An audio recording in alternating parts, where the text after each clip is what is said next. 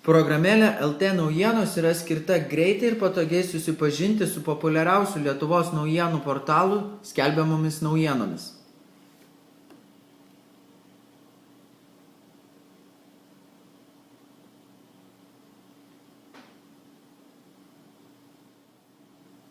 Programėlės viršuje, slankiojančioje juostoje, matomi visi portalai, kurių naujienas galite patogiai ir greitai peržvelgti naudojant programėlę LT naujienos.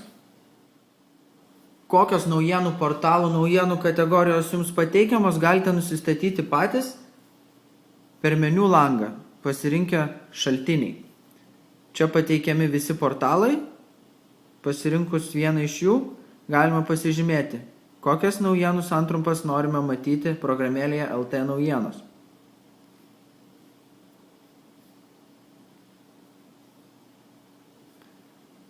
Tuomet pasirinkus portalą, pateikiamos pasirinktų naujienų kategorijų santrumpos.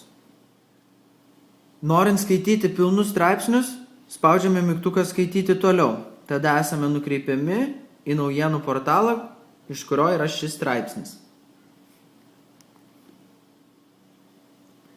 Programėlės meniu nustatymų lange galime įjungti ir išjungti rodomas nuotraukas.